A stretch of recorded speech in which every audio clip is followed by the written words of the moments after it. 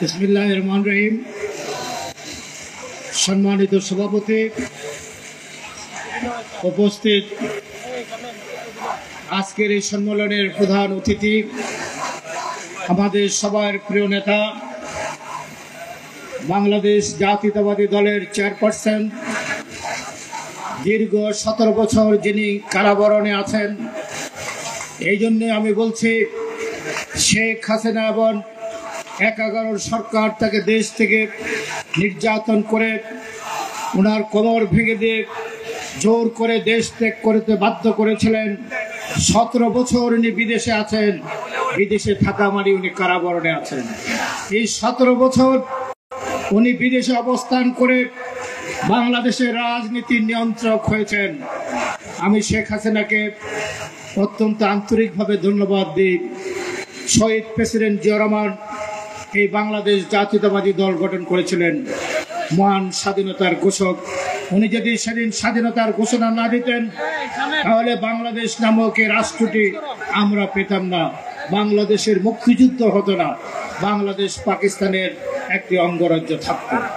তাই আজকে আমি বলতে চাই, সেই মহান নেতার সুযোগ্য উত্তরসূরি দেশ নেত্রী বেগম খালেদা জিয়ার সুযোগ্য উত্তরসূরি বেগম শহীদ প্রেসিডেন্ট জিয়া রহমান যে দলটি গঠন করেছিলেন, সেই জাতীয়তাবাদী দলটি ছিল একটি প্ল্যাটফর্ম। বিভিন্ন রাজনৈতিক দল থেকে, বিভিন্ন পর্যায় থেকে, ডান বাম মধ্য উগ্র সমস্ত লোক এসে এই বিএনপিতে ভর করেছিলেন ক্ষমতার কেন্দ্রবিন্দুতে। ওনার শাহাদাত বরণের পর বেগম খালেদা জিয়া ঘর থেকে বেরিয়ে এসে এই বাংলাদেশ জাতীয়তাবাদী দলকে একটি রাজনৈতিক অবয়ব দিয়েছিলেন, একটি রাজনৈতিক দলের অবয়ব দিতে সক্ষম হয়েছিলেন। 90 গণঅভ্যুত্থানের পরে উনি বাংলাদেশের প্রথম মহিলা প্রধানমন্ত্রী হয়েছেন। কি কারণে? ওনার আপোষের নেতৃত্বের কারণে। উনি হোসেন মোহাম্মদ এরশাদকে স্বীকৃতি দেওয়ার জন্য নির্বাচনে যান নাই। নির্বাচনে কারা গিয়েছিল 86 সালে? জামাতে ইসলাম সহ আওয়ামী লীগ সহ বিভিন্ন রাজনৈতিক দল। সেদিন অনেকেই মনে করেছিলেন যে বিএনপি নিঃশেষ হয়ে যাবে, কিন্তু বেগম খালেদা জিয়া সারা বাংলাদেশ ঘুরে, মানুষের দুয়ারে দুয়ারে ঘুরে এই বিএনপিকে সংগঠিত করে হোসেন মোহাম্মদ এরশাদের গণঅভ্যুত্থানে হোসেন মোহাম্মদ এরশাদের পতন ঘটিয়ে বাংলাদেশের প্রথম মহিলা প্রধানমন্ত্রী নির্বাচিত হয়েছিলেন। আমি সে কথাটি বলতে চাই না, বলতে চাই শেখ হাসিনাকে ধন্যবাদ দিতে চাই। কারণে বিগত 15টি বছর শেখ হাসিনা 2014 সাল থেকে যেমনিভাবে এই বিএনপির নেতা কর্মীদের উপর নির্যাতন করেছেন, 65 লক্ষ নেতা কর্মীর বিরুদ্ধে মামলা দিয়েছেন, 20,000 নেতা কর্মীকে হত্যা করেছেন, 2,000 নেতা কর্মীকে গুম করেছেন, আমাদের হাজার হাজার নেতা কর্মী পুঙ্গত্ব বরণ করেছেন। আমাদের প্রিয় নেতা লন্ডনে নির্বাসিত হয়েছেন। বেগম খালেদা জিয়া 6 বছর বিনা অপরাধে কারাগারে ছিলেন, ঠিক কিনা? এই 15 বছরে শেখ হাসিনা আপনি যে অত্যাচার করেছেন, জুলুম করেছেন, আমাদের ঠিকানা ছিল জেলখানা, না আমাদের ঠিকানা ছিল কোর্টের বারিন্দা, এর বাইরে আমাদের কোনো ঠিকানা ছিল না। আমরা আমাদের মায়ের গয়না বেচে, বাবার জমি বেচে, বউয়ের গয়না বেচে মামলা মোকদ্দমা আমরা পরিচালনা করেছি। আমাদের ঠিকানা ছিল ঢাকার বিভিন্ন ফ্ল্যাটের কেয়ারটেকার, সিকিউরিটি, ঢাকার শহরের আমরা ফেরি কলা হিসাবে আমাদের পরিচিতি লাভ করেছিল। এই 15 বছরে শেখ হাসিনা আপনাকে ধন্যবাদ দিতে চাই। 1.5 মাসের আন্দোলনে শেখ হাসিনা পালিয়ে যায় নাই। 17 বছর আমরা এই রাস্তাটি তৈরি করেছি। আর 1.5 মাসের মধ্যে আমাদের প্রিয় নেতা তারেক রহমান যে কর্মসূচি নির্দেশনা দিয়েছেন, কাকে, কোন দলকে কাকে কিভাবে অর্থ দিয়েছেন, আমি একটা সাক্ষী আছি। কিভাবে আমরা যোগাযোগ করেছি, জীবনের বাজি রেখে কিভাবে ওনার নির্দেশে বিএনপির নেতা কর্মীরা রাজপথে ছিল। জাতিসংঘ থেকে 1400 নেতা কর্মীর মৃত্যুবরণ করেছেন এই আন্দোলনে, তার মধ্যে 862 জন নেতা কর্মী হচ্ছেন বিএনপি, ঠিক কিনা? তাইলে বাংলাদেশ জাতীয়তাবাদী দল হচ্ছে, তারেক রহমান হচ্ছে আন্দোলন সংগ্রামের একমাত্র দাবিদার, উনি অন্য কেউ দাবিদার নয়। তাই আমরা বলতে চাই, আজকে শেখ হাসিনাকে কি কারণে আমি ধন্যবাদ দিই। প্রথমে বলেছি শহীদ প্রেসিডেন্ট জিয়া রহমান একটি প্ল্যাটফর্ম করেছেন, বেগম খালেদা জিয়া একটি রাজনৈতিক অবয়ব দিয়েছেন। এই 15 বছরের তারেক রহমান বাংলাদেশের প্রতিটি ইউনিয়ন থেকে শুরু করে উচ্চ পর্যায়ে নেতা কর্মীদের সাথে যোগাযোগ করে আন্দোলন সংগ্রামের যে রূপরেখা তৈরি করে বিএনপিকে একটি খাঁটি সোনায় পরিণত করেছেন। বিএনপি এখন বাংলাদেশে নয়, উপমহাদেশের সবচেয়ে বৃহত্তম কর্মী সমর্থক সহ একটি রাজনৈতিক দলে পরিণত করেছেন শহীদ আমাদের প্রিয় নেতা তারেক রহমান। এই সুযোগটি কে করে দিয়েছেন? সুযোগটি করে দিয়েছেন শেখ হাসিনা। সেজন্যই তাকে আমি ধন্যবাদ দিই যে বিএনপিকে একটি রাজনৈতিক সোনার কাঠিতে পরিণত করে দিয়েছেন শেখ হাসিনা। হ্যাঁ, আমি আমার বক্তব্য দীর্ঘায়িত করব না, আমি আগেও বক্তব্য রেখেছি। আমি শুধু আমাদের প্রিয় নেতা তারেক রহমান সাহেব সম্পর্কে বলতে চাই, গত 2-3 দিন ধরে কিছু অর্বাচীন কিছু কথাবার্তা বলছেন। তারা বলছেন শহীদ প্রেসিডেন্ট জিয়া রহমানের বাপ যদি নেতা হয় তাহলে ছেলেরাও কি নেতা হবে নাকি? আমি সুস্পষ্টভাবে বলতে চাই, সে অর্বাচীন নাবালক বাচ্চাদের ব্যাপারে তারা অত্যন্ত ঘৃণিতভাবে এই নামটি উচ্চারণ করতে হলে তারেক রহমানের অজু করে নামটি উচ্চারণ করবেন, কারণ স্বাধীনতার মহান ঘোষকের সুযোগ্য পুত্র বাংলাদেশের বৃহত্তম রাজনৈতিক দলের চেয়ারপারসন হচ্ছে বেগম শহীদ প্রেসিডেন্ট জিয়া উত্তরসূরি তারেক রহমান। তার নামটি উচ্চারণ করতে হলে অজু করে করবেন। আপনাদের মতো নাবালক উপদেষ্টা নাবালক নেতারা এইভাবে কথাবার্তা বলবেন না, দেশকে বিভক্ত করবেন না। তারেক রহমান বাংলাদেশের অবিস্বাদিত নেতা, উনি বাংলাদেশে ফিরে আসবেন, বাংলাদেশের নির্বাচন হবে। উনি 31 দফা দিয়েছেন।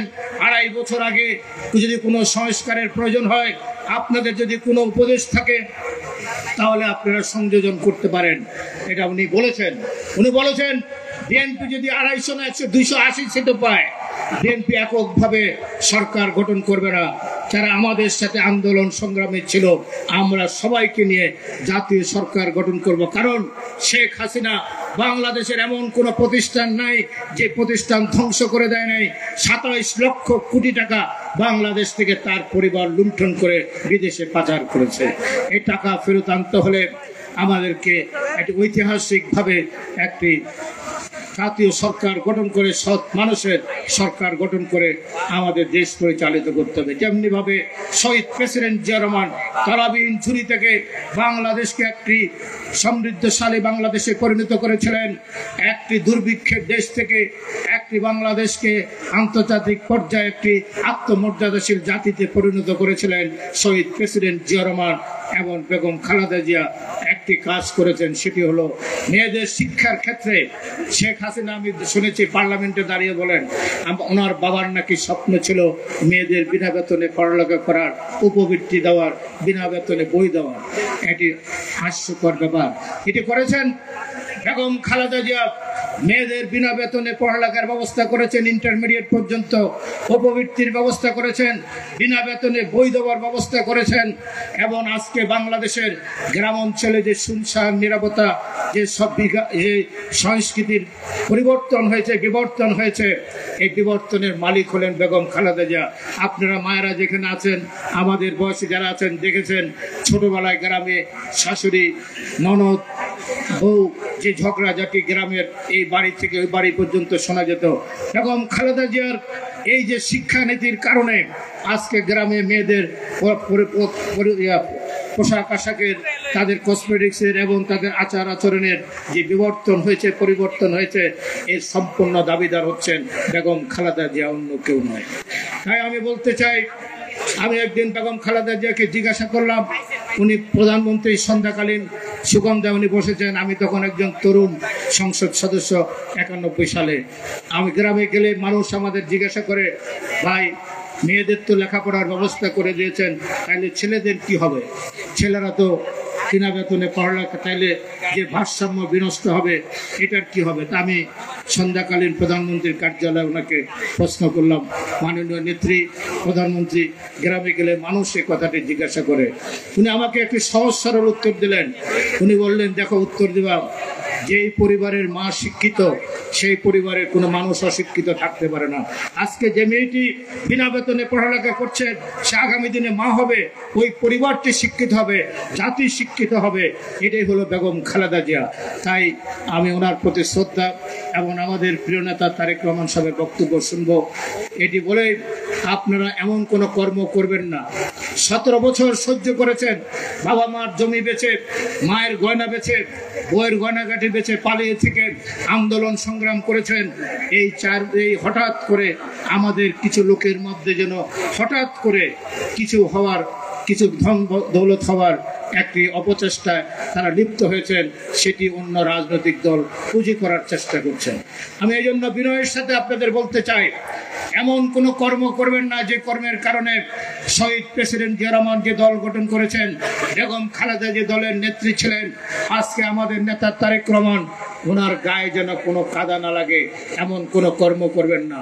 আমি নেতার সামনে সুস্পষ্টভাবে বলতে চাই, যারাই কাজটি করবেন আপনি তাদেরকে দলের কোনো প্রাথমিক সদস্য পদ পর্যন্ত তাদের থাকার কোনো অধিকার নেই।